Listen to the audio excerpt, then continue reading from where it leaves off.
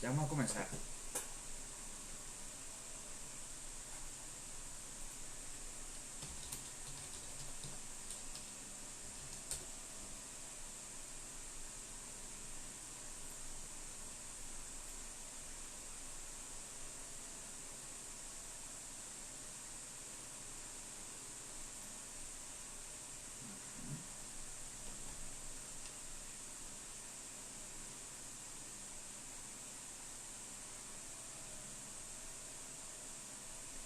Vamos a ver.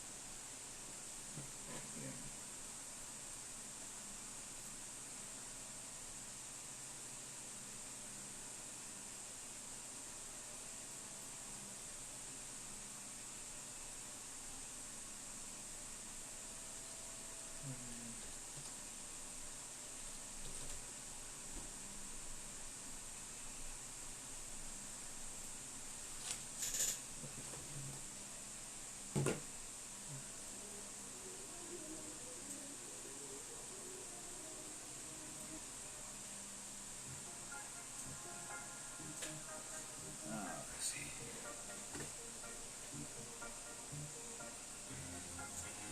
Hola, ¿cómo están? Vamos a conversar un ratito de lo que tiene que ver con la actualidad política nacional. Más o menos qué viene sucediendo, qué cosa, pero vamos a conversar un ratito entre nosotros. Esta es la primera de una serie de directos que iremos haciendo. Vamos a intentar que sea una vez por la semana para conversar, ver los comentarios de cada uno de ustedes y empezar a interactuar, porque creo que es importantísimo que empecemos a decir verdades. Hace falta decir verdades, hace falta que la gente escuche desde muchas opiniones distintas, no interesadas, qué es lo que está pasando en Venezuela, porque muchas veces fuera del país piensa que esto es Pakistán o Siria o Somalia, cualquier cosa de esa, no.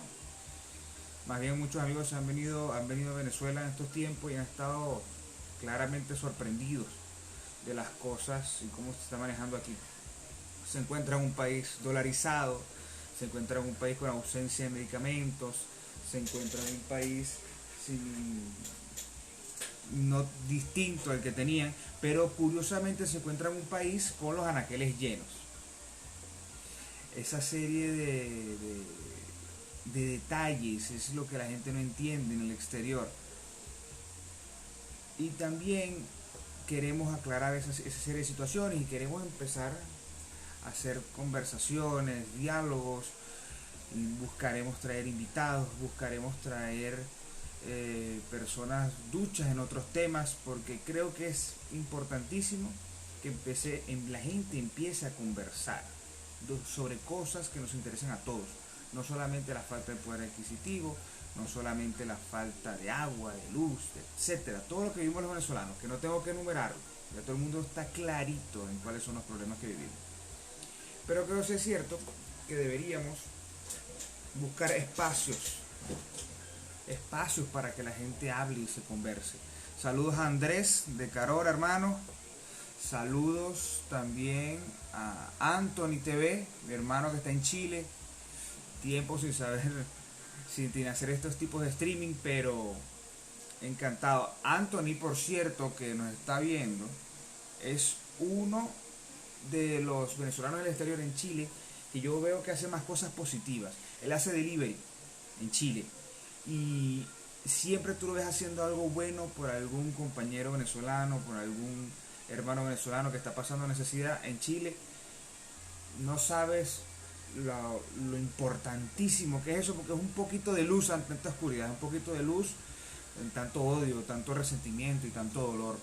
También Efraín Montilla, que está ahí, mi hermano, secretario juvenil de Avanzada Progresista Caracas, y Y bueno, aquí estamos, haciendo lo que nos gusta, hablando un poco de lo que sí se puede hacer en Venezuela.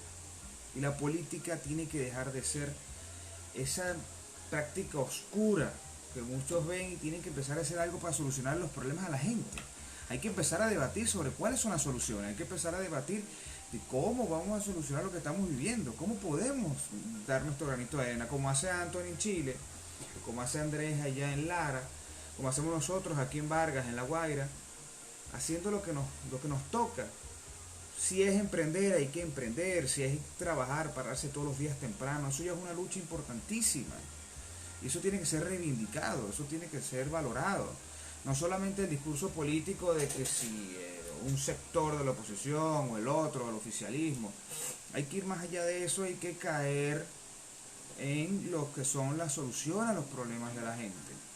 Pensar en usted que me está viendo, en la persona que nos escucha, en todas y cada uno de ustedes y buscar soluciones. Mira, entrando un poquito en materia, se ha hablado de toda una serie de situaciones. Quiero esclarecer algunos puntos hablando de la Asamblea Nacional. Déjenme tomar aquí los apuntes. Bueno, tenía algunos apuntes, unas cosas que hacer. Hablar uno de la Asamblea Nacional, lo que pasó el 6 de diciembre. A nosotros nos puede o no gustar la mayoría que tiene el chavismo ahí. Eso es evidente. Si fuera por mí hubiera 277 de oposición variopinto. Si fuera por mí, porque con todo el daño que le ha hecho el chavismo, no tanto el chavismo, sino el madurismo, que es la expresión del autoritarismo más crudo a Venezuela, no se entiende que todavía sigan siendo gobierno y todavía sigan siendo un punto neurálgico de poder en este país. Pero eso es en parte gracias a nosotros. Hablo de nosotros, la oposición. Hemos persistido en ese discurso que nos destruye. O sea, tenemos un complejo autodestructivo brutal. Nos encanta agarrar y descalificar al compañero, descalificar al que conocemos, descalificar al hermano que piensa distinto. Nos guste o no, tenemos la obligación de encontrarnos y avanzar en un proceso de entendimiento desde la oposición primero, porque una oposición dividida es muy difícil. Puede cambiar lo que estamos viviendo en un momento tan trágico. Pero también hace falta que empecemos a tocar tierra. Las elecciones por la Asamblea Nacional que pasaron ahorita fueron sin situaciones y condiciones adversas. Fueron con un árbitro claramente parcializado. Fueron con pero para entrar en ese punto, con todo y esas circunstancias, las condiciones electorales, un 80% del país rechaza al gobierno, al oficialismo. Pero cuando usted revisa los números y los puntos, te das cuenta que hay una abstención gigantesca. ¿Por qué pasa eso? Porque el discurso político no está conectado con la gente. El discurso político... Ahora sí. Porque el discurso político no está conectado con los problemas de la gente. Porque el discurso político dejó de estar... hermanado con la lucha, reivindicaciones por los problemas de la sociedad, y empezó a caer en el discurso y en confrontación que les gusta al gobierno, que es la polarización. Al gobierno le conviene ese conflicto, le conviene. Pero base a eso entendemos que mientras existe una posición atomizada, dividida, muy difícil puede ser una alternativa, muy difícil que podamos ser una alternativa. ¿Cómo se construye eso? Empezando porque la gente entienda que su voto vale. ¿Cómo empieza a hacer que su voto valga? Bueno, pasando por encima del discurso extremista, del discurso del Maduro vete ya, pasar por encima del discurso de los marines, pasar y dejar de lado el discurso del Comando Sur, de que si van a venir, olvídese eso. Eso no existe. Aquí la única alternativa, la única forma de que podamos salir del gobierno nefasto, el peor gobierno de la historia de este país, el peor régimen autoritario que ha visto este país, necesitamos, sin lugar a dudas, que enrumbar el camino electoral. Y eso se construye desde Venezuela. Y eso se construye desde Venezuela enmarcado en que la movilización, la protesta pacífica y la negociación política entre la coalición dominante, entiéndase la coalición dominante como el gobierno, como Maduro, y un bloque opositor cohesionado que de verdad sea una alternativa y esté conectado con la gente. Porque lo más peligroso hoy, mis queridos hermanos, los que nos van a escuchar, no nos escuchan fuera de Venezuela, es que aquí hay dos bloques. Un grupo de la oposición extremista, ese que le dice al venezolano en Miami que los marines, que entrega cosas al Comando Sur, ese sector que ha caído en grandes falsas expectativas que al final, a la postre, terminan en grandes frustraciones. Y un sector del oficialismo, del chavismo, madurismo, que no le interesa a costa de qué sea su permanencia en el poder, a costa de las muertes, el hambre, la miseria de la gente, puede estar ahí, quedarse ahí el tiempo que le dé la gana. Pero eso lamentablemente termina en mala economía, hambre, miseria y sufrimiento de la gente. Porque hoy Venezuela está sufriendo una catástrofe. Hoy Venezuela está en la peor situación ni en los tiempos de la colonia cuando había guerra. Usted ve aquí y sale para la calle, usted puede ver personas bajo de peso, que usted veía que pesaban 80 kilos y pesan 60. Y usted va para cierta hora para fuera los locales de comida y va a encontrar gente hurgando en la basura. Pero cuando usted va para restaurantes caros también consigue gente. Y cuando usted va para espacios donde, bueno, no cualquiera puede ir, sí hay gente. ¿Qué pasa? El momento de carestía y la hiperinflación bestial que vivimos fue un sacudón duro, que estamos todavía en hiperinflación, pero ¿qué pasa? La división social creció como si fuera un muro. O sea, hay una sociedad mayoritaria que sufre, muere de hambre y pasa muchísimo trabajo que con $20 resuelve queso, jamón, papel toalé y por lo menos resolvió para tener algo para la casa. Y otra parte de la sociedad que, pese a todas las circunstancias, ha podido dolarizarse y ha podido tener ingresos gracias a la dolarización de facto. Porque usted veía en 2018, por lo menos en 2018, aquí se hablaba de dolarización, eso era imposible. ¿Cómo el Bolívar? ¿Y cómo el Bolívar va? Bueno, hermano, el Bolívar está desaparecido. Aquí el que usa Bolívar es que consigue un pasaje. Pero si usted cobra un servicio, hace un trabajo, vende un producto en dólares y cobra en dólares, pasa por encima del proceso hiperinflacionario. Esa es la realidad. Y así eso marca la desigualdad tan gigante que existe en Venezuela. Ahora, como le venía diciendo, la única forma de sobrellevar eso es por un proceso de conexión política nuevamente con la gente. ¿Cómo se hace eso? Unificando a la oposición. Pero ¿cómo se unifica? La oposición tiene varios pintos, les gustarán unos o no. Hay unos que les gustará Capriles, otro Guaidó, otro Falcón, otro no sé quién, etcétera. Les gustará quien sea. Pero la oposición venezolana tiene un objetivo, que es cambiar al gobierno.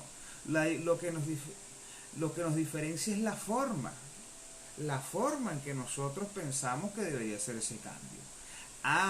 Pero la forma puede tener algunos puntos de coincidencia. Sí, puede tener algunos puntos de coincidencia. Que tengo que... Puede tener algunos puntos de coincidencia, claro, pero eso en base a una estrategia creíble. La estrategia de la protesta por protesta, por protesta, por protesta y seguir protestando hasta que los zapatos se nos gasten, sola no tiene resultado. La protesta electoral solamente por ser electoral no tiene resultados, solo porque no estamos frente a una democracia. Tampoco la protesta de la solución violenta, porque los que hablaban de golpes de Estado y levantamientos todavía estamos esperando. Los que hablaban de procesos de violencia, todavía estamos esperando los resultados. Al final, mis queridos hermanos, la única estrategia que se puede aplicar hoy en Venezuela es ampliar los tableros. Usted tiene que abrir un espacio de negociación creíble con el gobierno. Así esté en minusvalía. ¿Para qué? Para buscar interlocución con el gobierno. Un ejemplo de eso, claro, son los procesos de negociación en Sudáfrica con Mandela. Mandela estuvo 27 años preso, no conoció a su hija, ni a su esposa.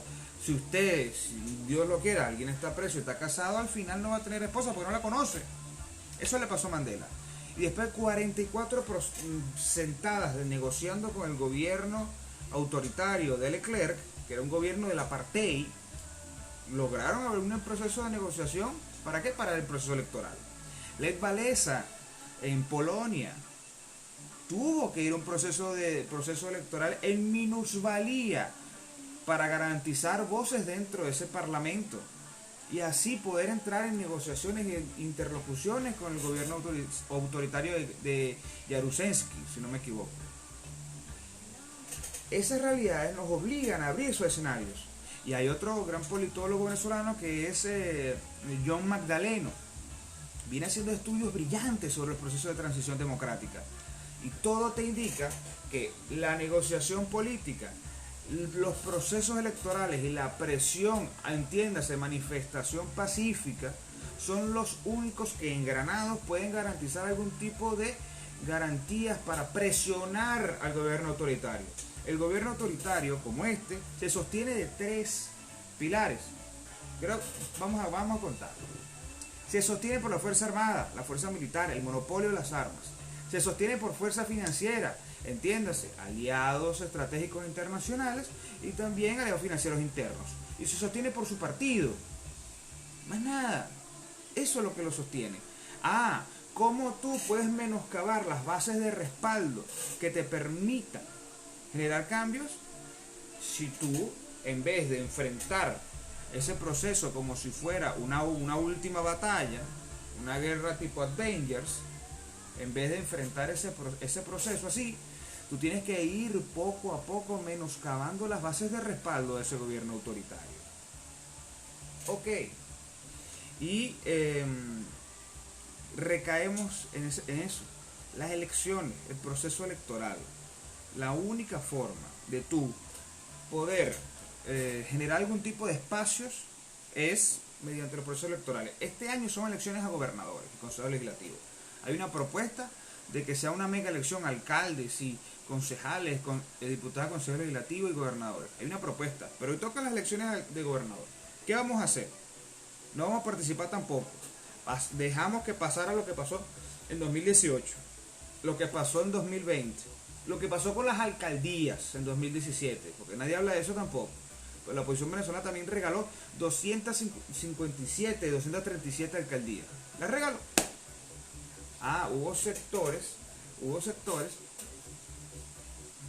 Hubo sectores que al final entendieron que los procesos electorales tuvieron que ser la garantía para el cambio. Ahí estuvo, entiéndase, Chacao, Baruta, Latillo, Los Alias, etcétera, cualquier cantidad de alcaldes a nivel del país.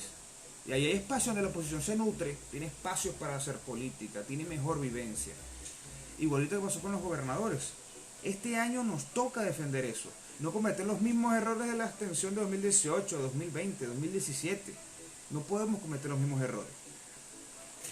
Porque hay que empezar a retomar eso que después de 2005, después de abandonar la Asamblea de 2005, logramos el 2015. 10 años después tuvimos que entender que la única salida electoral en la coalición opositora por excelencia, la unidad de ese momento, y entendimos que había que asumir esa responsabilidad.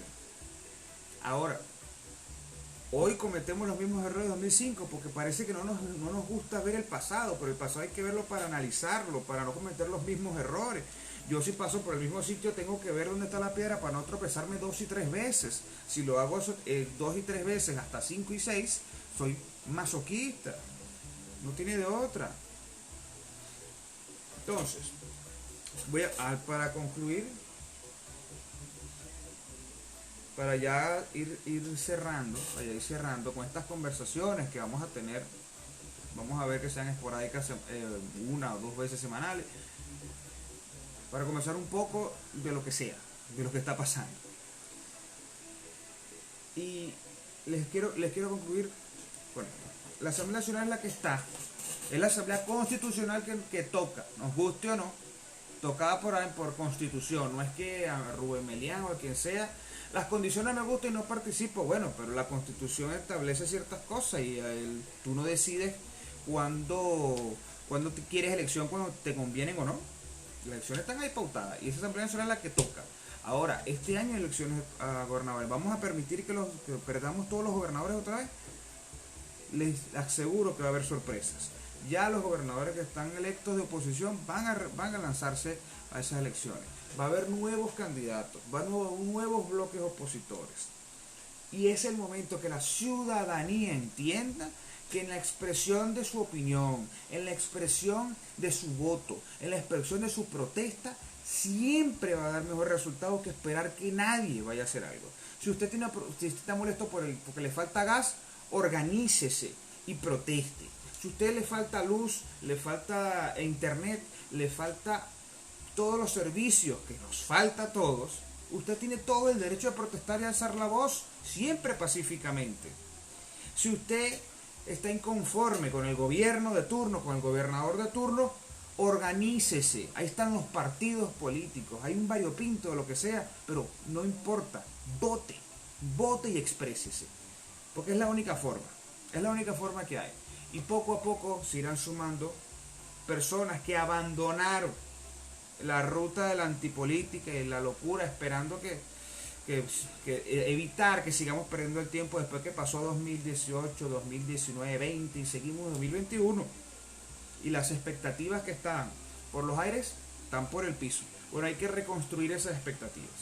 Hay que construir una nueva coalición opositora que ya está en gestación, ya está aquí. Esos 20 diputados son muestra de esa, 20 diputados que están en la Asamblea Nacional son muestra de eso.